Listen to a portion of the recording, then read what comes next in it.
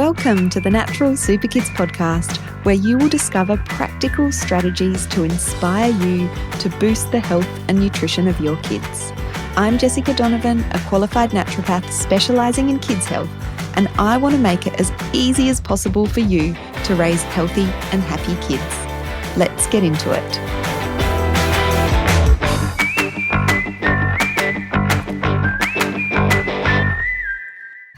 Hello, everyone. I hope you are well.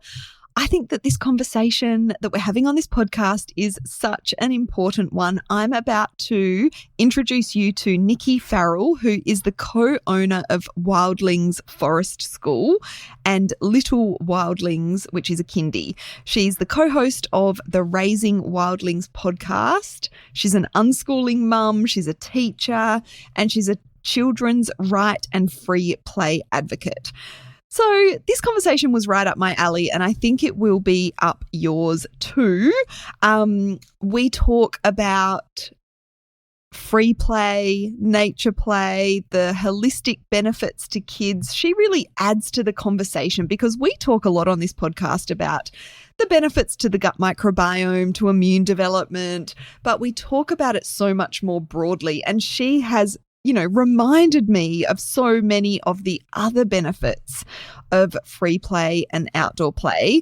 And we talk about the effect that parents might be having in terms of the amount of free play and nature play their children are having.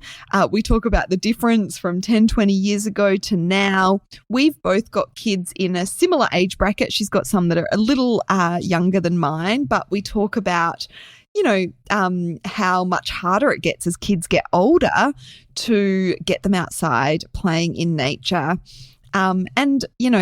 It is a little bit of a dire conversation to start with in terms of some of those stats around what the decline of time outside and time in nature and free play is doing to our kids. But keep going past that, and it's really an interesting conversation with a lot of practical tips.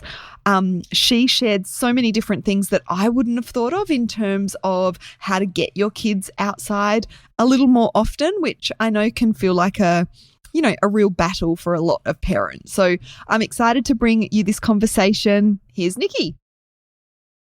Hello, Nikki. I'm so happy to have this conversation with you. Welcome to the Natural Super Kids podcast. Thanks so much for having me. It's super exciting to be here today. Thank you. I think we're going to have a good chat. So let's dive straight in. I would love to know from your perspective what you're seeing in kids today that feels different to, say, 10 or 20 years ago. Yeah. So quick background. I've been in education or working with children my whole life, so 25 plus years, and in different sectors, which has also been really interesting. So I started in outdoor rec, and back then it wasn't so bad, but there was a little bit less, core strength. Now I would say group strength, overhang strength, all core muscle, concentration, focus, resilience. I don't want to paint a whole generation with the same brush because obviously we can't. There's definitely exceptions. But in general, yeah. And even speaking to the early years sector, the people that have been around 20, 30, 40 years have just said overall muscle tone, overall focus and concentration, more emotional dysregulation as well. It's not looking good for our little people. It's not a good picture, is it? No. But, we're both doing work to try and, to turn that around and educate families. So I guess I want to talk a bit about, let's start with screen time. Yeah. It's a very huge conversation, and maybe, a conversation that's kind of, there's a lot of it around. But I think the conversation is often focused on the downsides of excessive screen time, which is important. But I think what's often missing from the conversation is, what kids are missing out on as a result of all the time that they're spending on screens.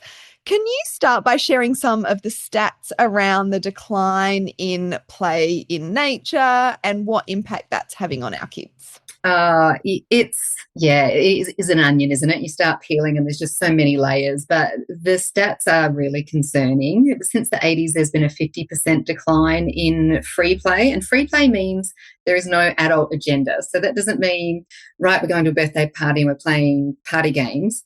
Great, that's amazing. Children love that. We're all here for it, but children really need that free play. So 1 in 10 children at the moment play outside less than once a week.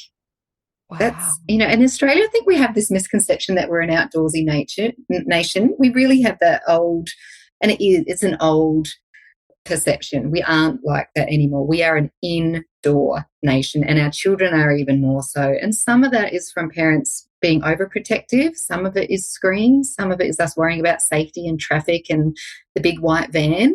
A lot of it is convenience. And I think that's what we need to kind of be aware of, because our children are spending 6 to 12 hours a day on screens.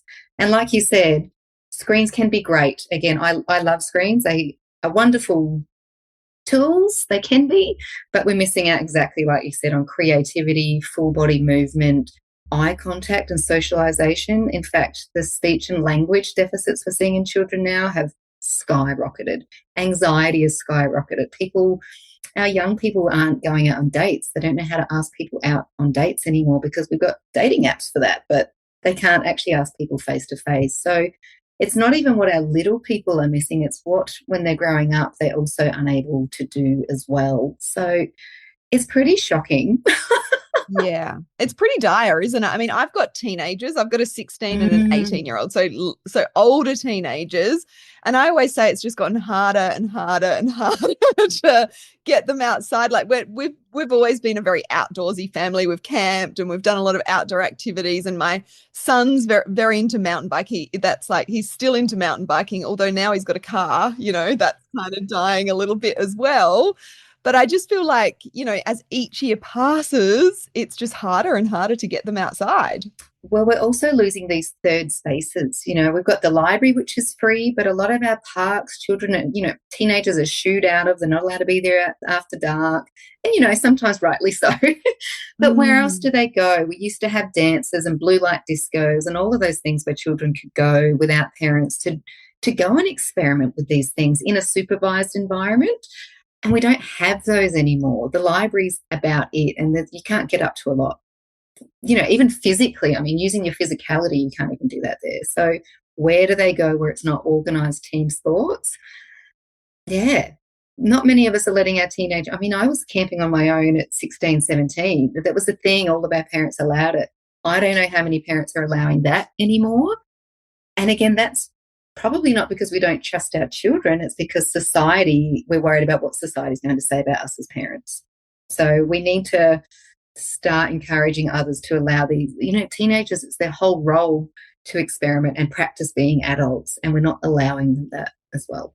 Yeah, I think that's a really important part of the conversation, like what us parents are allowing as well. I was having a recent chat with a friend who's got younger children with that, like when is it okay to let them ride their bike, to the next suburb and all of that sort of thing. So we've always been quite big on giving our kids, quite a bit of freedom. We live sort of an hour south of a city, so we're sort of in the suburbs. We feel like our area is fairly safe. But yeah, I love that you're bringing that into the conversation, because it's not about just kids are more entertained inside. Yeah. It's about us parents allowing the kids to be, outside when it's dark and, exploring further than just the next street away.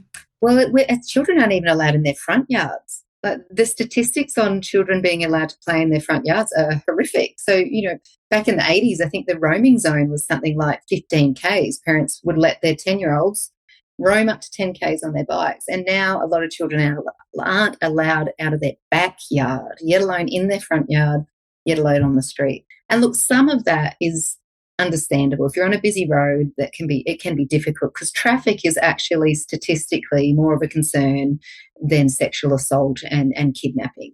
Kidnapping and sexual assault by unknown people is a tiny minuscule risk. I don't want to downplay that risk. Of course. I'm not being blasé about that. But actually getting in your car with your child is more of a risk. And so we need to flip the script on And we just need to teach our children, right? My husband and I have this continuous conversation of, I want my children to ride down our big hill down to soccer. It's a 5-10 minute ride. No problem, but there's no verge. I'm like, yeah, but we just need to teach them road safety. And he's like, yeah, but there's idiots on the road. I'm like, yes, but where's the line? And I haven't found that yet either. Mainly because I'm battling my husband. Yes, but also the children want to ride down, but they don't want to ride up. So. Yeah.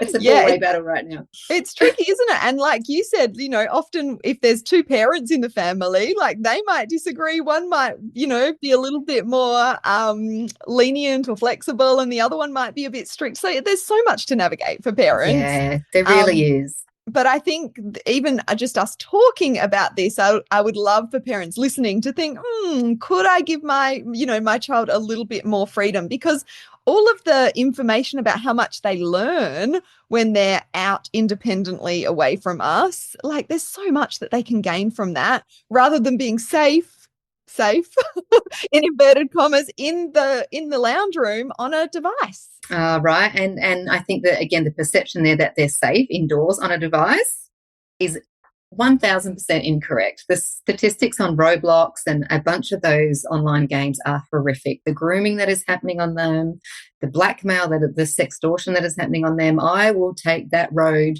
by my house any day of the week than Roblox. I really would.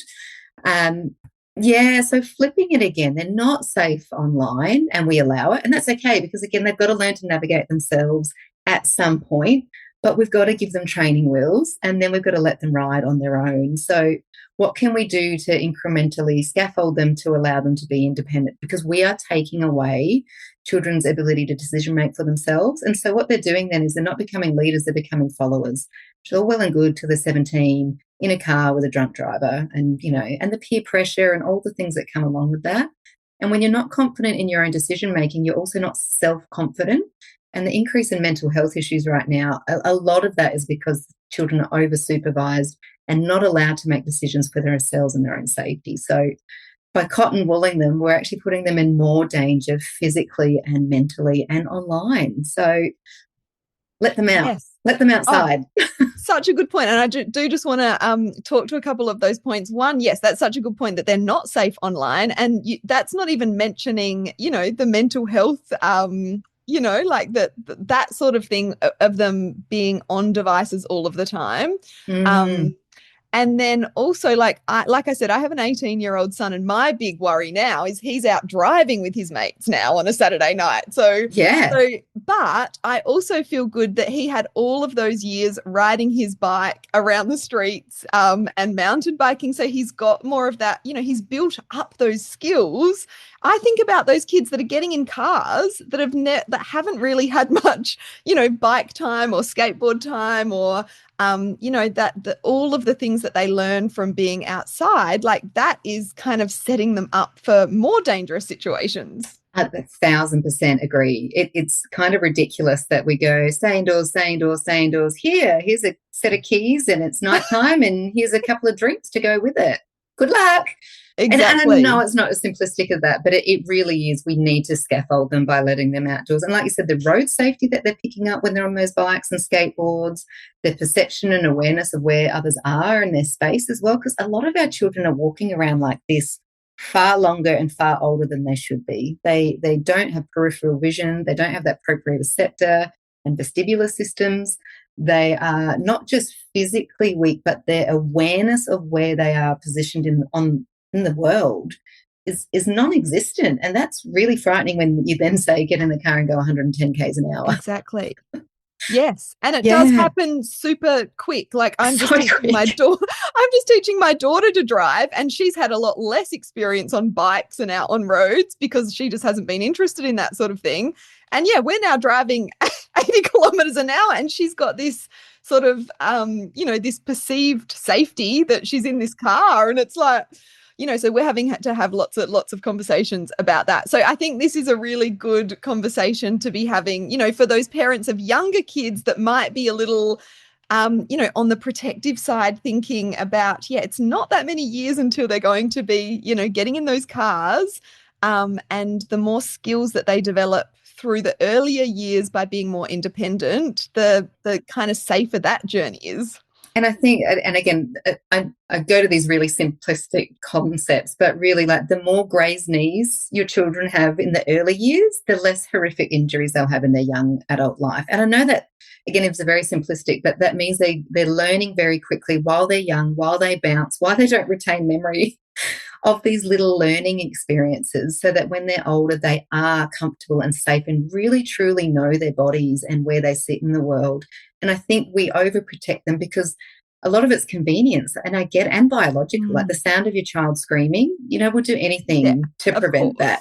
But actually, by preventing them from falling all the time, we're actually setting them up for more serious accidents later. I don't know if you heard of that great study they did in New Zealand at a school that took away all playground rules. Not a single playground rule. They introduced bikes, skateboards, monkey bars, you name it, you could do it. Their academic results increased, their behaviour decreased, and their physical accidents went to nearly zero. Wow, that's crazy. And I think back to the school playground when we were there, some of the equipment we had would not be allowed today, but we learned quickly, what our limitations were and how to navigate that. And you named it. We learn our limitations. And when we don't allow our children to work out where they are, they'll find them in a way that we don't want them to find them. Yeah, such good points. So let's talk about some of the holistic benefits of being out in nature for our kids. Where do I start? How long have you got, Jess? Because it is so holistic. I mean, physicality, obviously. Everybody knows gross motor skills, all of those things, core muscles. So I won't go into that. But I think for me, which might be different for you, so yours is probably going to be more like autoimmune and overall health and all of those kind of things, whereas mine is the social and emotional well-being that I see, the resilience in these children, the self-confidence, the independence. But also I think people downplay being in nature. I think we forget that we are nature, and actually our ideal conditions that our bodies and minds seek is to be in nature. So when we're in a classroom with 4 walls, fluorescent lights, and air conditioning, even though it's more comfortable than being in the rain, it's actually an anomaly that our body is constantly seeking to actually get back out into nature. And when we are in nature, our academics increase, engagement increases. So if you want your child to do better at school, take them outside. If you want them to emotionally regulate better, take them outside. If you want them, to have a better love of learning and be more curious, all of those things happen. And there's studies and research out the wahoo for this. I don't know where you want me to stop. Stress reduction, mental health, like vitamin D. We need vitamin D, and it's not the same as taking a supplement. You can take a supplement, absolutely, but it's not the same as getting morning and evening light. Better sleep patterns. You want a child to sleep better? Get the morning light, the evening light, get outside. So it isn't a cure-all, but gosh, it's really close and it's free. Yeah, and there's so many benefits, and you've even reminded me because we focus on the gut microbiome and that immune system development because they're the sorts of challenges that we're helping kids with, but there's so much more than that. And I know when my kids were little and everyone was grumpy, we would have a saying like, right, we need to get outside, we need to find some water, and always it would settle. We would have this joke that no one is grumpy in the water. Never. No, they really aren't. It's funny. I've been having this battle with my youngest at the moment who doesn't want to go on a beach walk with me once a week. He loves the beach, loves the water. As a parent, I know I don't know him better than he knows himself, but I know he loves the water. Yes. Every time we have this battle and he gets outside and he's skipping and singing and dancing and he comes back, and I don't want to say I told you so, but far out. Yeah. I mean, that's the biggest battle, isn't it? It's getting them out, because I don't know many kids that are miserable once they're in nature. I mean, maybe that's a bit of limited thinking, but I think once you're outside, even if you're just sitting outside, the mood just improves. And there are some children that have sensory, needs, and that's okay. There's still ways we can accommodate that. You don't need to sit in the wet grass or the wet sand. We can bring things to accommodate that. You don't need to sit in the rain. We can go sit in the shelter and bring some crafts. It's still better than sitting indoors. I think we forget that being in nature and the fresh air, the wind. So I did this great PD with a company called Possum Clinic, and their research shows that children, which blew my mind, absolutely blew my mind as a parent because it's not what I was brought up to believe, that children don't get dysregulated or overtired And I was like, hang on a minute. Yeah, what? Excuse me. And she said, no, they are understimulated because they're not in nature. So rather than seeing them as overstimulated, actually, she said what their body is trying to tell you is that they need to go out in nature. And so often that's what happens. They go outside, and because they're getting the five senses, they're not just getting the TV at them or the blocks that they're playing with. They're getting the wind, the smell, the scent, the microbiomes that are coming up. And it's a different sort of sensory experience as well. It's probably less intense than it can be, say, in a noisy classroom. Yeah. That's so interesting. And I loved what you said because, those kids with sensory challenges or sensory processing disorder, or so many kids just have sensory integration issues, can struggle maybe with the outdoor environment, but being outside and free play and nature play, these are things that really help with sensory integration, aren't they? Absolutely. Now, and I was going to say, and again, I don't want to paint the same disorder with the same brush, but I've definitely seen children that have been diagnosed with the sensory integration processing disorder. Sorry, that's not the right term. Yeah, sensory processing disorder. Just move through it to the point that by the end, within less than 2 years, they no longer had the disorder. So because it was exposure therapy, essentially. Yes, and we're not throwing them in the rain and the mud straight up, but yes, it is that slow exposure to anything. Start with clay indoors and then move outside. All of those things we can do to help children move past it, because they do need to be outdoors. We do need to be there. Yes, I totally agree with all of this. So are there certain signs that you see in children, maybe behavior or focus or resilience related or physical signs that tell you that they're missing nature-based play? Yeah, 100%. I've had to teach so many 3-year-olds at Forest Kindy how to jump. Children should be jumping by 3. And again, it's the spectrum, right? Some children won't be able to jump by 3 despite trying to, and others are not allowed to. So just often what have the opportunity. As soon as they get up above a step, be careful, hop down. But actually, if you talk to any exercise physiologist or physio, we have to jump. That's how we improve bone density. It's how we stop what's the bone disease? Yeah, osteoporosis. Thank you. I was like, osteo. We need strength training and we need jumping. So yes, again, we're worried about them falling, but when we're not letting them jump, we're actually not building the bones that we need to support our muscle structure and skeletal structure again. So jumping is a big one. Children that don't climb, again, because they're not allowed to climb. And when I say climb, I'm not talking huge trees. I'm talking any kind of climbing. And look, our childcare centres are terrible for this because of the regulations, which, by the way, are interpreted very broadly and not as accurate. Childcare services play it very safe, but they don't have to play it safe. So children are allowed to climb, and they're allowed to climb 2 heights. But most services just don't allow it. But again, we see that children can't hang, children can't, we always have monkey bars or gymnastics bars at school, which we need. Again, we're descended from apes and chimpanzees. So we're meant to hang. You look at all our postures when we're hanging over screens. This is the antidote as well. So climbing, hanging, jumping, any kind of core muscle. Emotional regulation is a big one as well. I don't know what it is about being in nature, whether it's just the wind or the space, but it definitely is children are better able to regulate in nature. So they'd be my top 5 or 6, I'd say. Yeah, that's really helpful. And I would argue that we better regulate in nature as well. I know if I'm feeling overwhelmed, the thing that I want to do is go outside, go for a big long beach walk, or do something outside. It just helps so much. Take my shoes off, put my feet on the ground. Yeah, so silly, but sometimes I just walk out into my deck, which I'm so privileged to be able to look out basically onto nature and a lot of lawn. But I often find myself just involuntarily exhaling.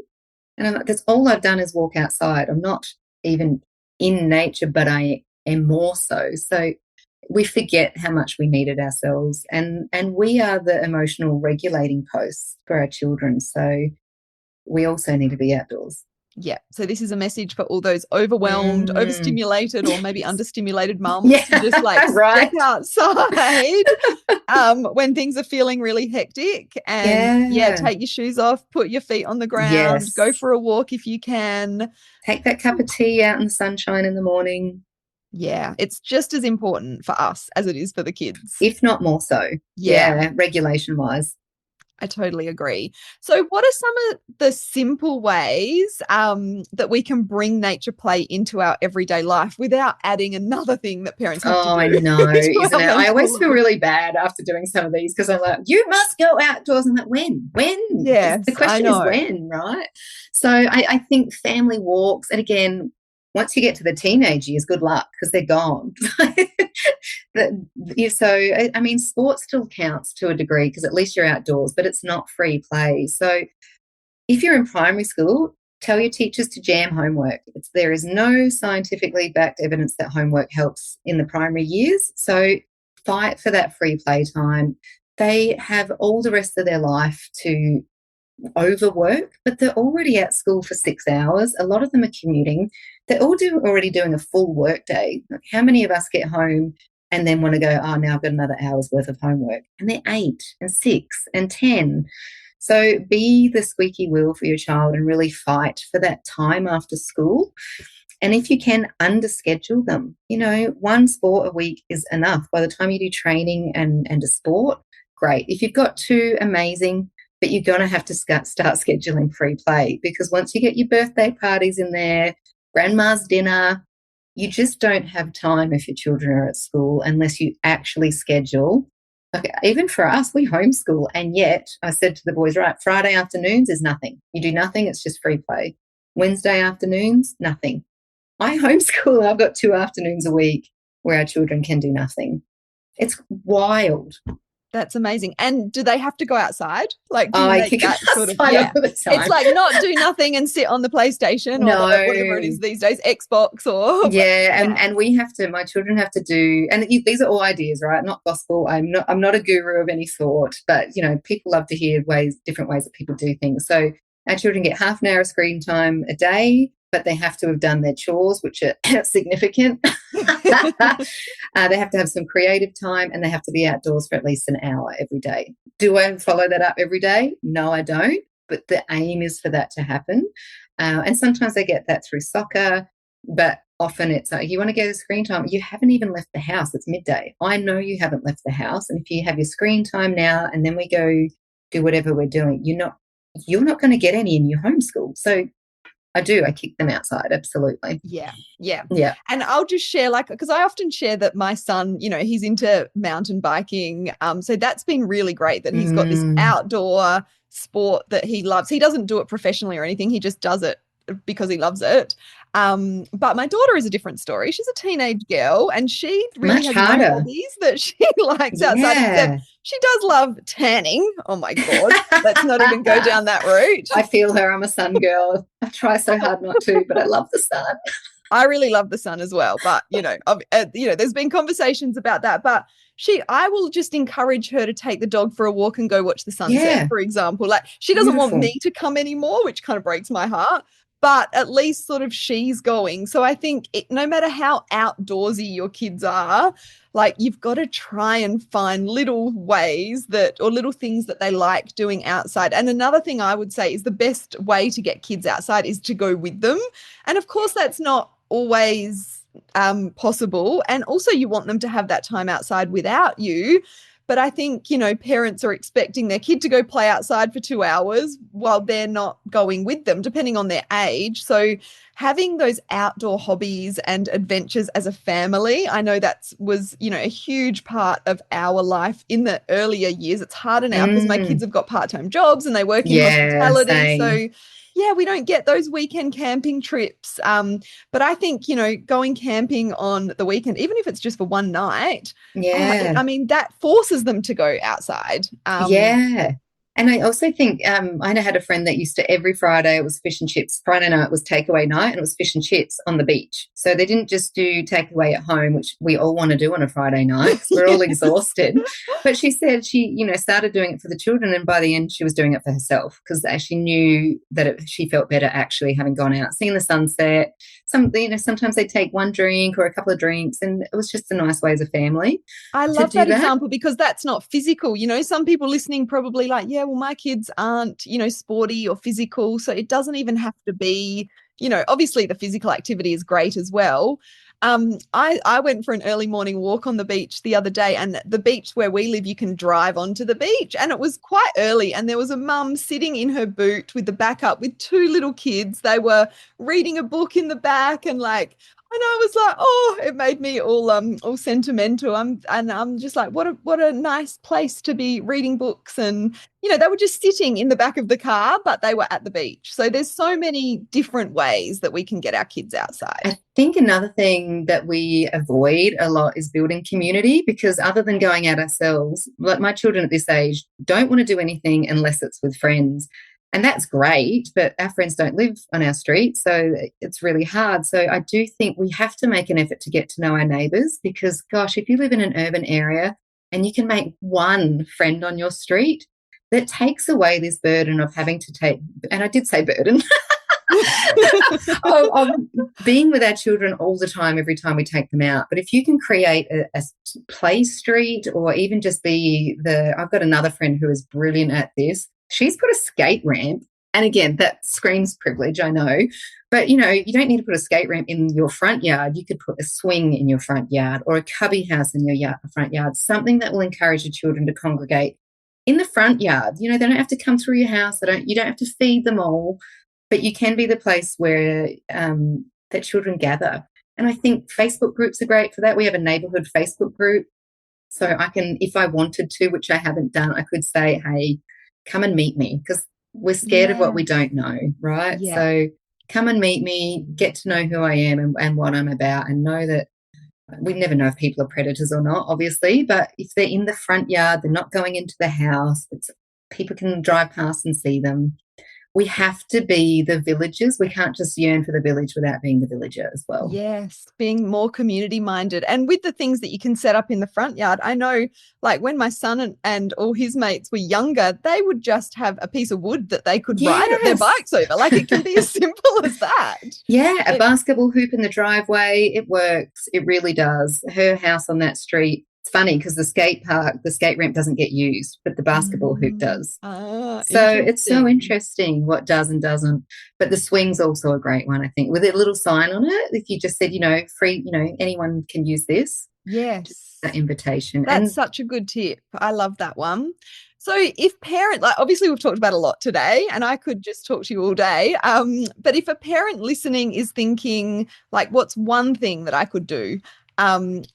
What would you say that they can do to support their child to have more free play, to have more nature play? Yeah, where would you start? I think start at home, because again, everything, if you're in the hard yards, if you've got the 2 and 4-year-old and you're exhausted and whatnot, leaving the house sometimes is the hardest thing.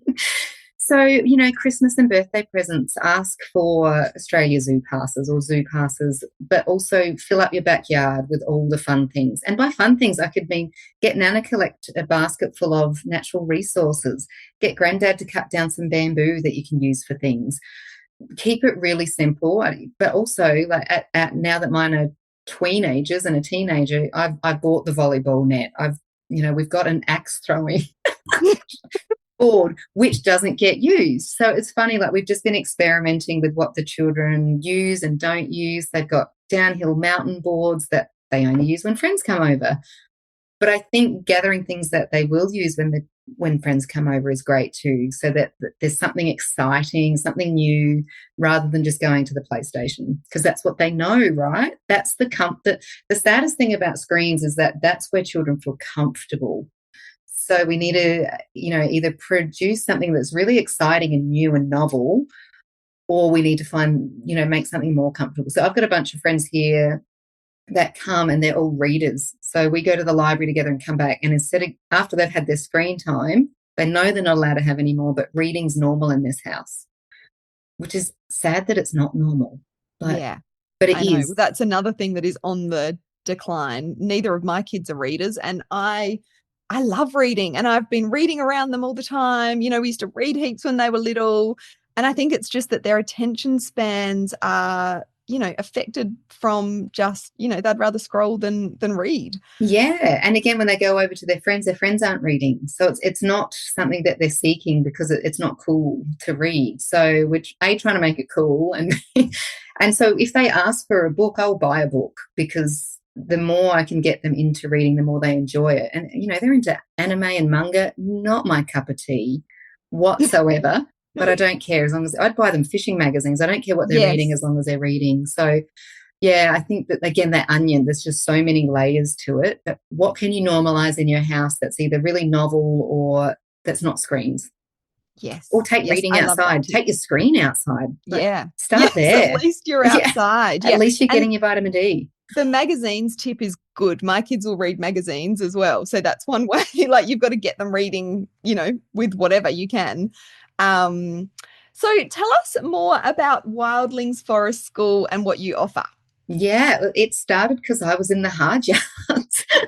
Vicky had a play group. That's where I met her, and it was a nature play group. I'd been to a couple of play groups, and I just found them really difficult with two boys. It was very structured and routinistic, and I was overstimulated. It was noisy and children crying everywhere. And I was like, I can't do this, but I need to do this. And anyway, I found nature play group with Vicky, and it just went from there. So we offer nature play groups and forest kindy, holiday programs, an online shop, a podcast, what else? Training for educators. But it really started with that play group. And what we found was a village of like-minded parents so that then we could normalise being outdoors. But it also made me commit because it was just too easy. We started without it. And I was like, right, friends, let's go to the beach. Oh, not this week. I'm a bit tired. Oh, not this week. It's a bit wet. Oh, not this week. It's a bit hot. Whereas when I paid for it, I turned up. The psychology behind paying for something is ridiculous, and I'd love to say I can fight it, but I can't. It's like the gym. I won't exercise, but if I pay for the gym, I'll go because I've paid for it. Such a good point. And that was going to be my next question. Why bother paying for nature play when you can go for free? And I think you've just answered that because if you're the person that can do that regularly and commit every week, I wish I was you. Like, please do. Like, I want people to know we want you outdoors, whether it's with us or not. Like, please go to the creek. Please go to the beach. Please sit in your backyard for free. I wish we could all just go and do it for free. But sometimes people are not coming for the children. They're coming to build the village as well. And in fact, quite often people come in the beginning for their children and end up coming repeatedly for themselves. So for the community. Yeah. And their well-being. So many people come down into our forest and exhale and go, I've missed the forest. I'm like, yeah. It's that third place that makes you feel relaxed and at home and supported, because if your child's having a meltdown, no one's looking down on you. Someone's getting your lunchbox, someone's getting you the towel to get your other child out of the creek. And, it's a sigh of relief, I think, when mums walk down there. So if you're looking for a sigh of relief and an exhale, we're there. And we're there every week. Yes, that's amazing. So tell us where you're based, because we are talking to people all over the place. Yeah, true. So we're Southeast Queensland based, so Sunshine Coast and Brisbane. We do travel for our training for educators, so for early year services. But yeah, we are basically Southeast Queensland. Yes. Yeah. Are you going to franchise around Australia? We get asked regularly. And that's how Brisbane started, was Amanda, who's funnily enough now the director of our childcare service. So we do have a childcare service in Capalaba in Brisbane now too. Wow. She just kept calling and kept calling. Please no, that won't work anymore. We can't manage anymore. We're at capacity. No, the answer is no, but we will help people get their own businesses started. So if you do want to start your own, but not in a McDonald's kind of creepy way, but in your own place-based, person-based way, we've got a course called Wild Business, and we'll support you to start your own forest school, nature play kind of business as well. So amazing. Because I think there's lots of parents that are in our community that, that would really suit. So yeah, and for us, it's been the best lifestyle business while the children have been young. We've been able to, and it was a choice at the time, not do daycare, because putting them in daycare, 2 children full time, I was going to make $200 a week working full time. Yeah. And again, privilege there. What's the point? So, but it was still nice to make some money. So yeah, options, different options. Amazing. So for the parents that are listening that are in Brisbane or Southeast Queensland, they can find you, and we'll make sure that the links are all in the show notes. But it's so good that to hear that you offer those other services, like helping people get, businesses in this space off the ground. And you said you have an online shop as well? Yeah, for outdoor tools and toys as well. Oh, and we're on the amazing. riskier side. So, you can get a magnifying glass at Kmart or your beautiful eco stores. We're more fire strikers, pocket knives, things like that. So probably more, I say tween, but our forest kindy children use the pocket knives and fire strikers. So I guess that's a hint of what kind of things we do at Forest Kindy. Very well supervised. We're not just letting 25 3-year-olds have 25 fire strikers and pocket knives and run around the forest. That is not how it looks. But it is, I guess, a glimpse of how capable we know children are. Yes. And it's another example of that, the benefits of that risky play. I'm smiling because I remember my son when he was quite young. I can't remember how old he was, but he wished for a pocket knife and my parents bought him this pocket knife and he opened it and sliced his thumb straight away. Well, that's exactly why we teach. The first thing we teach them is this is how you open and close it. Hands up if you know someone that's cut their hand, open it. Boom, 20 hands up. Yeah. My uncle, my dad, and the most common injury we get at forest school is dads coming to help their children with the pocket knives because they are all gung-ho with these knives and think they can't be sharp. Oh, dad's just cut his thumb. I was like, well, you didn't listen to the safety briefing. Yeah, exactly. Your 3-year-old is so much safer than you are. Yes, well, I felt terrible because I'm like, it just all happened so fast. I'm like, that obviously would have been a bit of a different story if we were being supervised by you. And it's all just scaffolding and education. It's exactly that. You can teach a child anything if we just break it down into small, safe steps. Yeah. Yes, totally. And after that incident, that obviously taught him to be much more careful with the pocket knife. And he was like, just that pocket knife, I reckon that got more play than anything else he owned, except for his mountain bike. But that's creative play, right? And that independence and that self-confidence. And we call those learning experiences, not injuries, for exactly that reason, because they will never, ever, ever cut themselves like that again. No, exactly. It's one of the best ways that they can learn. Oh my gosh, thank you so much. This has been an amazing conversation.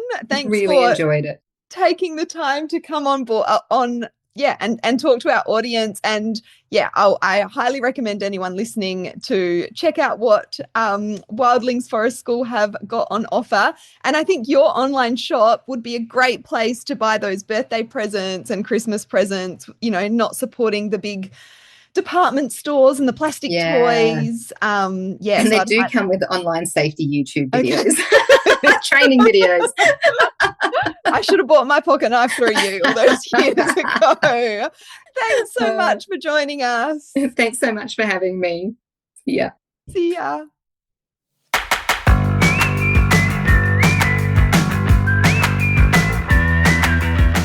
Thank you so much for joining me on the podcast today.